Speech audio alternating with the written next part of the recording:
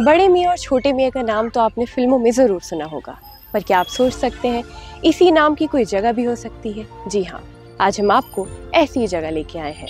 आदाब, मैं हूँ आपके साथ अमीना माजिद। धरोहर के पिछले कई एपिसोड्स में हम आपको दिल्ली की ऐसी जगह लेकर गए जिसके बारे में शायद ही कम लोग जानते होंगे, और इसी कड़ी में इसे आगे बढ़ाते हुए आज हम आए हैं कोटला मुबारकपुर में, जहाँ मौजूद है बड़े खान और छोटे खान का गुंबद।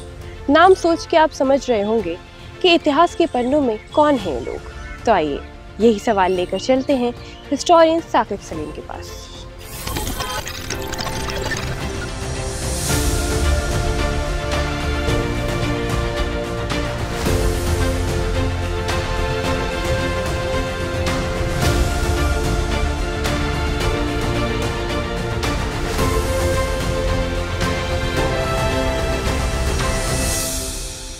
तो जैसे बड़े मियाँ छोटे मियाँ का नाम तो हमने फिल्मों में बहुत सुना है, पर अगर हम देखते हैं हिस्ट्री में जाते हैं तो जिस जगह हम मौजूद हैं इस वक्त बड़े खान छोटे खान का गुंबद कहलाता है। तो इसके बारे में कुछ बताइए, क्या है ये जगह? जी, ये जगह जैसा कि आपने नाम ले ही दिया है, ये बड़े खान और छोटे खान का मज़ार, गुंबद या टूम, जो भी आप अल्फाज इस्तेमाल करें, यहाँ पर दो लोगों की कब्र हैं। वैसे तो और भी यहाँ पर कब्र हैं, लेकिन दो लोगों के कब्र के स्ट्रक्चर हैं जिसे बड़े खान और छोटे खान कहा जाता है। तो ये दिल्ली में है। हम लोग इस वक्त दिल्ली में हैं। साउथ एक्स का इलाका है कोटला मुबारकपुर, और ये लोधी डायनेस्टी के ज़माने में बनाया गया था।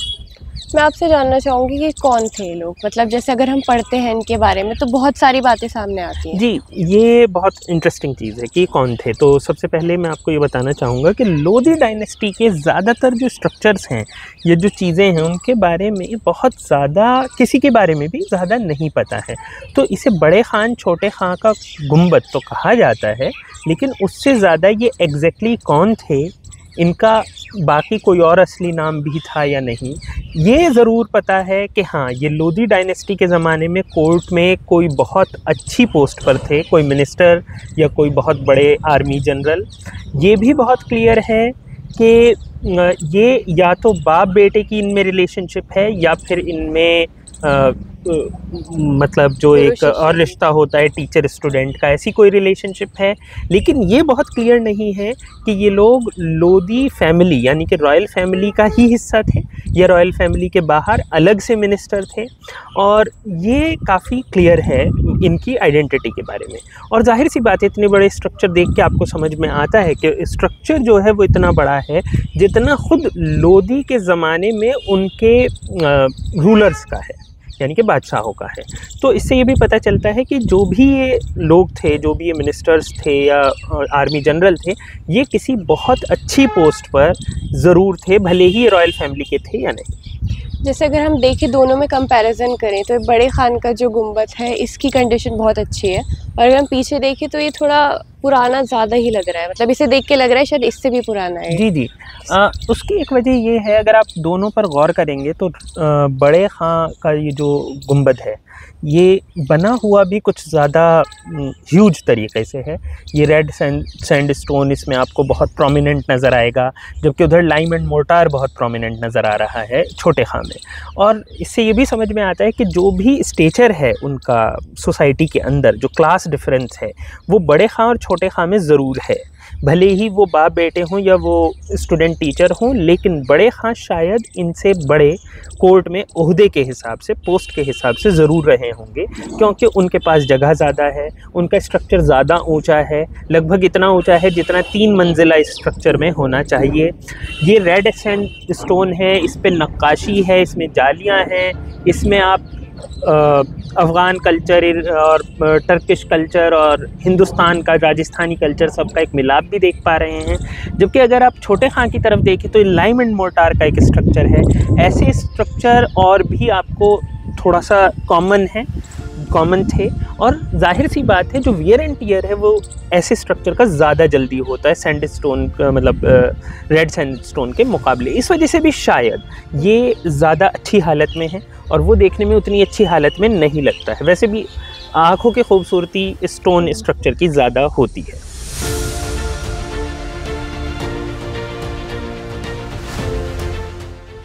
तो जैसे हम देखते हैं इसमें मिडीवल आर्किटेक्चर की झलक है, ज़्यादातर मकबरों में होती है, तो ये क्या है मिडीवल आर्किटेक्चर? मिडीवल जैसा कि नाम से जाहिर है, मिडीवल हिंदी में कहें मध्यकालीन इतिहास, यानी कि मिडिल एजेस जिसे कहते हैं। मिडिल एजेस अगर हिंदुस्तान के एतबार से हम देखें तो आम तौर पे हम लोग मानते हैं लगभग सल्तनत पीरियड की शुरुआत, यानी कि मोहम्मद गौरी से आने के बाद से स्टार्ट कर लेते हैं, सन 1200 के आसपास से, और ये लगभग हम चलाते हैं तब तक जब तक कि अंग्रेज़ नहीं आ गए हैं। वैसे उसे प्री मॉडर्न एरा भी कहा जाता है, लेकिन आप ये मान सकते हैं कि कम से कम जब तक औरंगज़ेब की डेथ नहीं हो जाएगी तब तक को मिडीवल में ही गिना जाएगा, यानी कि 1707 1757, यानी कि 18वीं सदी या 18th सेंचुरी के लगभग बीच और 13th सेंचुरी की शुरुआत, ये लगभग वो वक्त है जिसे हिंदुस्तान में मिडीवल माना जाता है। मिडीवल आर्किटेक्चर क्या है? तो मिडीवल आर्किटेक्चर ये है कि आर्किटेक्चर असल में बहुत सारी चीज़ों के मेल मिलाप से बनता है, तो उसमें बहुत सारे छोटी छोटी बारीक चीज़ें हैं, जिसे कि आप ऐसे समझ सकते हैं कि जब आप घर बनवाते हैं आज के ज़माने में भी, तो एक जो आदमी होता है जो जिस तरीके का काम करता है वो अपनी सोच लेकर आता है। जैसे अगर दिल्ली में भी एक आदमी जो कि पंजाब से आया है वो अपना घर बनवाएगा तो उसकी एक पंजाबी कल्चर की झलक उसमें होगी, वो मिस्त्री से कहेगा। अब मान लीजिए मिस्त्री तमिलनाडु का है तो वो अपनी एक झलक लेकर आएगा। तो ऐसा ही मिडीवल टाइम्स में हुआ कि जो टर्किश लोग आए, ईरान से लोग आए, अफ़गानिस्तान से लोग आए या और जगह से लोग आए, जो हिंदुस्तान में पहले से लोग मौजूद थे, उन्होंने उनके कोलैबोरेशन से कुछ स्ट्रक्चर्स बने, तो कुछ मेल मिलाप पैदा हुआ, जिसे कंपोजिट कल्चर, सिंक्रेटिक कल्चर कहते हैं। तो थोड़ी झलक आपको दिखेगी ऐसी चीज़ों की जो कि मंदिर आर्किटेक्चर में 6th और 7th सेंचुरी में पाया जाता था।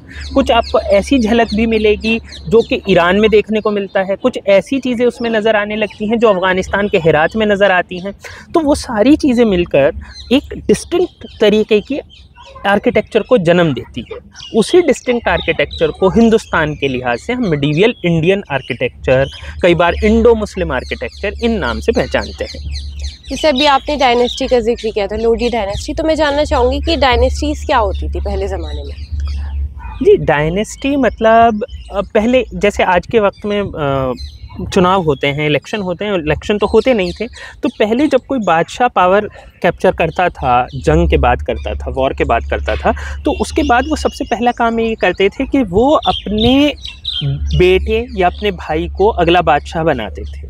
ठीक है, तो ऐसा होता तो एक फैमिली के अंदर, ब्लड लाइन के अंदर ही हमेशा पावर रहती थी जब तक कोई और उसे हरा के ना हटा दे। तो आम तौर पे एक फैमिली जो कि लगातार एक के बाद एक बादशाहत कर रही हो, राज कर रही हो, उसे हम एक डायनेस्टी के तौर पे जानते हैं। तो लोदी डायनेस्टी मतलब बहलोल लोदी का बेटा सिकंदर लोदी, उनका बेटा इब्राहिम लोदी, ये लोदी डायनेस्टी है। इसी तरीके से सैयद डायनेस्टी है। इसी तरीके से एक मुग़ल डायनेस्टी है, मतलब बाबर का बेटा, मतलब इस तरीके से एक आपको सक्सेशन मिलेगा। तो ये जो सक्सेशन थ्रू फैमिली है, डायनेस्टी इसे ही बोलते हैं, जो एक फैमिली की ब्लड लाइन के थ्रू चलता है। तो जैसे हम देखते हैं कि जो गुंबद है कोटला मुबारकपुर में, हम साइड में देखते हैं पूरा यहाँ लोग रह रहे हैं, बिल्डिंग्स वगैरह, तो इस जगह के बारे में आप कुछ बताइए, क्या यहाँ पे और भी ऐसे स्ट्रक्चर्स हैं?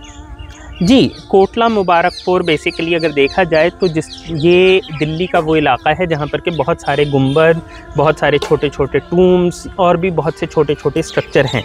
असल में जो इसमें कोटला मुबारकपुर है, इसमें जो मुबारकपुर है वो मुबारक मोइज़ुद्दीन मुबारक शाह का नाम है, जो कि सैयद डायनेस्टी, जो लोदी डायनेस्टी से ठीक पिछली डायनेस्टी थी, उसके बादशाह थे। और इसी कोटला मुबारकपुर में उनका अपना टूम भी मौजूद है। और भी कई टूम हैं, खुद सैयद डायनेस्टी के यहाँ पर टूम मौजूद हैं, तो वो सब यहाँ पर मौजूद हैं। तो इसीलिए इसे कोटला मुबारकपुर कहा जाता है।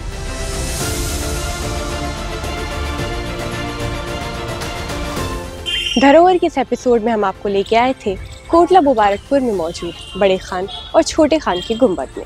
ऐसी और भी वीडियोस के लिए आप देखते रहिए हर हफ्ते धरोहर। कैमरामैन यथार्थ के साथ अमीना माजिद।